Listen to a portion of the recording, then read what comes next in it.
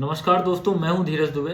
दोस्तों, मखाना हम सबने सुन रखा है। मखाना एक सुपर फूड है, सबसे ज़्यादा यूज़ किया जाता है ड्राई फ्रूट्स की कैटेगरी में। सुपर फूड है मखाना। और ख़ास बात क्या है मालूम है?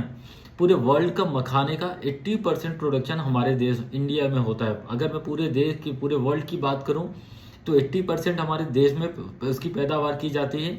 और उसका भी 90% प्रोडक्शन अकेले बिहार से होता है। मतलब बिहार के लिए अगर मुझे लगता है मखाना सबसे बड़ी सौगात है। वहाँ का वेदर, वहाँ का एटमॉस्फेयर, वहाँ की डेमोग्राफी, सारी चीज़ें उसके लिए सुटेबल हैं। मखाना अगर मैं बाहर की बात करूँ, वर्ल्ड में सबसे ज़्यादा एक्सपोर्ट किया जाता है।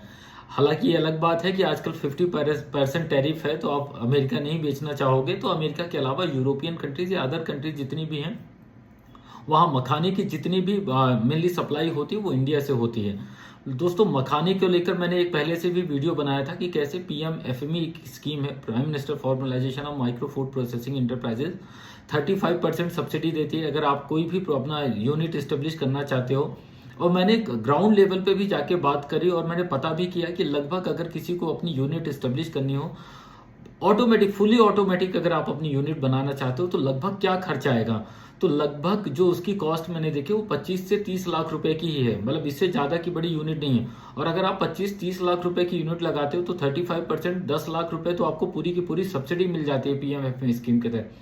दूसरा, ब्याज की छूट मिल जाती है एआईएफ के कवर होने की वजह से, एग्रीकल्चर इंफ्रास्ट्रक्चर फंड की वजह से। जो इफेक्टिव रेट ऑफ इंटरेस्ट होता है वो केवल 6% होता है। 9% माइनस 3%, 3% की सबवेंशन छूट, तो आपके लिए जो इफेक्टिव रेट ऑफ इंटरेस्ट होगा 6%।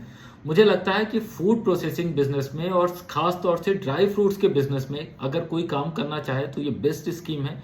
इस स्कीम को भी अवेल करके आप अपना फूड प्रोसेसिंग का बिजनेस स्टार्ट कर सकते हो। मेनली मैं फोकस कर रहा हूँ फूड प्रोसेसिंग में भी आपके ड्राई फ्रूट्स कैटेगरी, चाहे वो काजू हो, बादाम हो, अखरोट हो, जिसके भी आप अपनी प्रोसेसिंग यूनिट स्टार्ट करना चाहते हो आप कर सकते हो। स्वदेशी अपनाने की जगह स्वदेशी बनाने पे फोकस करना होगा। बात आजकल चलती है ना कि स्वदेशी अपनाओ। अरे स्वदेशी तो अपनाओ पर पहले स्वदेशी बनाओ तो सही। तो मैं कहता हूँ पहले स्वदेशी बनाते हैं, जब हम स्वदेशी बनाएंगे तो हम उसे अपना भी लेंगे। और ये कहाँ से करोगे आप ये गवर्नमेंट की जितनी भी स्पॉन्सर्ड स्कीम है इनका आप लाभ उठा के इनका फायदा उठाओ और अपना बिजनेस स्टार्ट करो। Thank you.